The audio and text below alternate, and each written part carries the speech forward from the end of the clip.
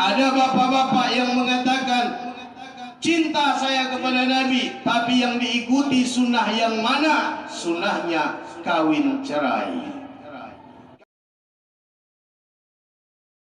Saya mau tanya Bu, Pak, kalau anak bapak, anak ibu lagi main pisau, bapak sama ibu khawatir nggak Pak? Khawatir nggak Pak? Bu, khawatir nggak? Bapak ibu pasti khawatir, apalagi anak-anak kecil gini kalau pegang parang, pegang pisau, takutnya tangannya nanti luka atau dipakai untuk memukul kawannya. Pasti bapak ibu khawatir, betul nggak? Tapi bapak ibu tidak pernah khawatir kasih anak pegang HP, yang sesungguhnya HP lebih bahaya daripada pisau, daripada parang dan parang. HP akan bisa merusak moral daripada anak-anak kita. HP akan merusak daripada akhlak dan adab anak-anak kita. HP akan merusak daripada segala bentuk jenis sesuatu yang ada dalam hati kita. Inilah cara-cara daripada orang-orang barat untuk menghancurkan generasi kita, sehingga mereka tidak mau lagi mengenal Allah. Mereka tidak mau lagi mengenal Al-Quran. Mereka tidak mau lagi mengenal nabi-nabinya. Hari ini banyak terjadi Pak. Oleh sebab itu, momen 1 Hijriah ini, yang pertama kita berhijrah untuk menjadi yang lebih baik. Yang pertama, mari kita tanamkan dalam diri generasi-generasi muda kita untuk beriman dan bertakwa kepada Allah Subhanahu wa Ta'ala. Ini yang pertama. Kemudian yang kedua, apa yang sudah kita lakukan untuk baginda Nabi Sallallahu Alaihi Wasallam. Jadi kalau yang pertama, apa yang sudah kita lakukan untuk Allah. Yang kedua, apa yang sudah kita lakukan untuk baginda Nabi Sallallahu Alaihi Wasallam. Kemarin Nabi Sallallahu Alaihi Wasallam berpesan kepada kita semua bahwa untuk menjaga akhlak, menjaga adab, Nabi Sallallahu Alaihi Wasallam diturunkan oleh Allah untuk menyempurnakan akhlak manusia. Tapi sudahkah kita melaksanakan apa yang diperintahkan oleh Nabi Sallallahu Alaihi Wasallam? Sudahkah kita benar-benar menjalankan apa yang menjadi petunjuk daripada Nabi kita Muhammad Sallallahu Alaihi Wasallam? Sudahkah kita benar-benar menjalankan adab dan akhlak daripada baginda Nabi? Atau kita hanya sekedar di mulut saja bahwa kita cinta dan rindu kepada Nabi Muhammad, tapi sesungguhnya perilaku kita menginjak-injak daripada sunnah Nabi besar Muhammad Sallallahu Alaihi Wasallam. Hari ini kita lihat banyak orang yang mengaku saya umat Nabi Muhammad, saya membawa bendera panji Nabi Muhammad, saya adalah pecinta daripada baginda Nabi besar Muhammad. Tapi apa? Contoh terkecil, kita saja saat disebut nama daripada baginda Nabi Sallallahu Alaihi Wasallam, kita tidak pernah mau bersalawat kepada Nabi. Ini contoh kecil.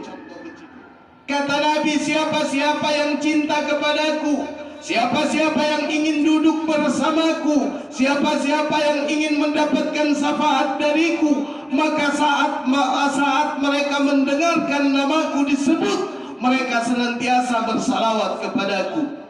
Ini orang-orang yang akan mendapatkan syafaat Nabi, yang katanya cinta kepada Nabi, tapi saat kita mendengar nama Nabi Muhammad Sallallahu Alaihi Wasallam disebut, kita tidak pernah mau bersalawat kepadanya. Oleh sebab itu, apa yang sudah kita perbuat? Jikalau kita mencintai Nabi Muhammad, Maka apabila kita mendengar nama Nabi Muhammad disebut oleh siapapun, maka jawablah dengan Allahumma salli ala Sayyidina Muhammad. Orang-orang yang menjawab salam daripada salawat saat mendengar nama Nabi Muhammad diucapkan, insya Allah orang itu akan senantiasa mendapatkan syafaat daripada baginda Rasulullah Muhammad sallallahu alaihi wasallam. Namun hari ini banyak di antara kita yang ngaku-ngaku sebagai umat daripada Nabi Muhammad, yang ngaku-ngaku membawa panji baginda Nabi Muhammad, tapi kita tidak mengikuti apa yang diajarkan oleh Nabi Muhammad. Kita lihat hari ini berapa banyak manusia di dunia maya, di media sosial yang menghina, mencaci. Mereka merendahkan para habib-habib, mereka merendahkan para keturunan-keturunan daripada baginda Nabi sallallahu alaihi wasallam. Padahal Nabi sallallahu alaihi wasallam telah berkata, sesungguhnya barang siapa yang membenci keluargaku, mencaci keluargaku, memaki keluargaku, mereka tidak mau mengikuti daripada keturunan-keturunanku, sekalipun mereka seorang ulama, sekalipun mereka seorang ustaz, seorang kiai. Tetapi kalau mereka benci kepada para habaib, benci kepada zuriat-zuriatku, maka tempatnya adalah neraka jahanam. Hadirin jamaah yang dirahmati Allah Subhanahu wa taala. Oleh sebab itu, apa yang sudah kita lakukan untuk Nabi Muhammad? Hari ini banyak orang kalau bicara sunnah Nabi Muhammad, yang ada di kepala mereka sunnahnya malam Jumat.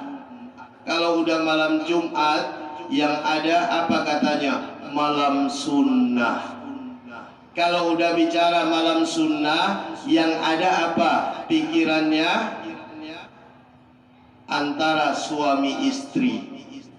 Jadi kalau ada manusia yang mengatakan malam sunnah, kemudian dalam pikirannya hanya antara hubungan suami istri, maka sesungguhnya mereka telah menghina baginda Nabi sallallahu alaihi wasallam.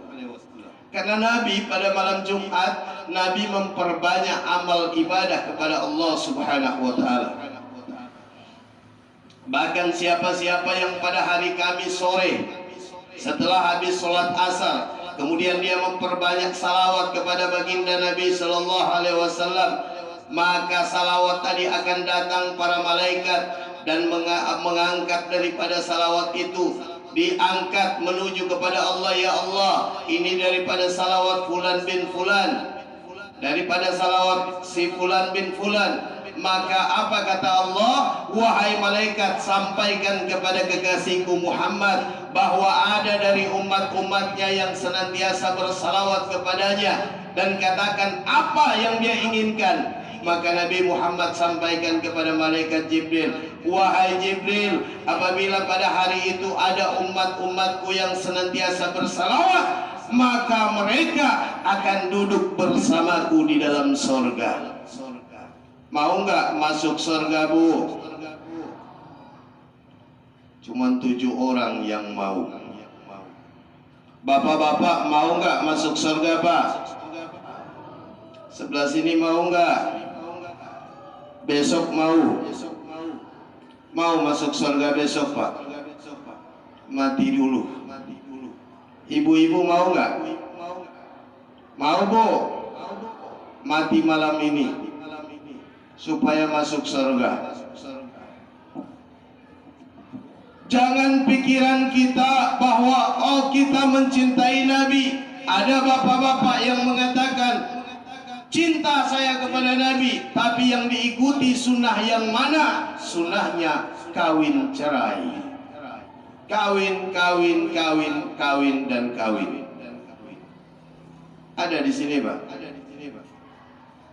Kalau udah kawin sampai 2-3 istrinya, katanya ini sunnah Nabi. Betul nggak, Pak? Kan nabinya istrinya berapa, Pak? Istri Nabi berapa, Pak? 11. Bu, istri Nabi berapa, Bu? Berapa? Jangan anak-anak yang jawab, belum kawin, belum nikah. Yang jawab ibu-ibu, berapa, Bu? Istri Nabi 11. Banyak nggak, Bu? Banyak nggak, Bu? Pak, banyak nggak, Pak? Banyak. Nabi Daud istrinya 1000. Mana lebih banyak sama Nabi Muhammad? Mana lebih banyak? Nabi Daud istrinya 1000. Jadi kalau ada laki-laki yang bilang saya punya istri lebih dari 1, 2 sampai 3, oh ini sunnah Nabi. Nabi kan istrinya 11, saya kan baru 2.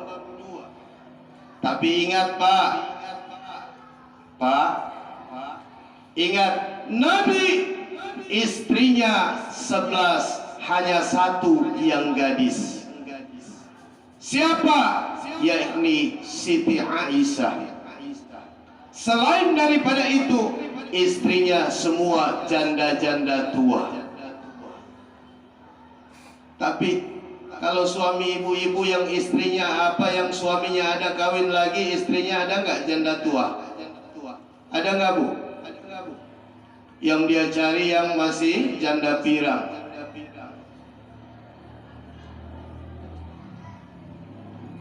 Kalau ada bapak-bapak yang kawin lagi, pasti dia cari janda pirang yang masih muda.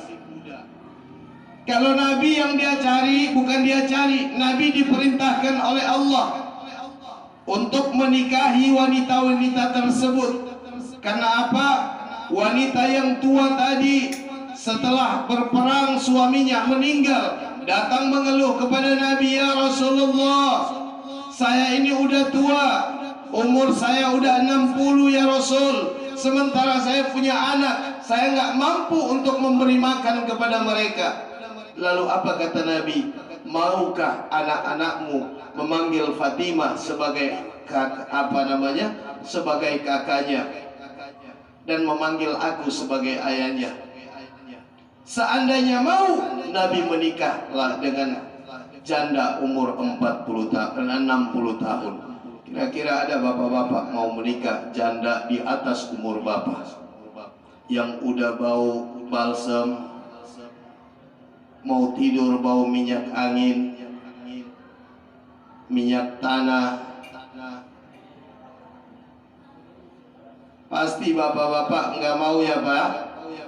Jangankan yang 60 tahun, istri yang masih muda aja, kalau di rumah dasternya yang 1 minggu nggak dicuci-cuci, baunya kalau direndam di dalam sungai mati semua ikan, suaminya pasti nggak mau tidur di dekatnya. Betul nggak, Pak? Ibu-ibu yang jawab, berarti pengalaman. Ini adalah sunnah Nabi. Apa yang sudah kita lakukan untuk baginda Nabi Sallallahu Alaihi Wasallam. Sunnah Nabi itu banyak. Sunnah Nabi itu bukan hanya kawin, bukan hanya malam Jumat,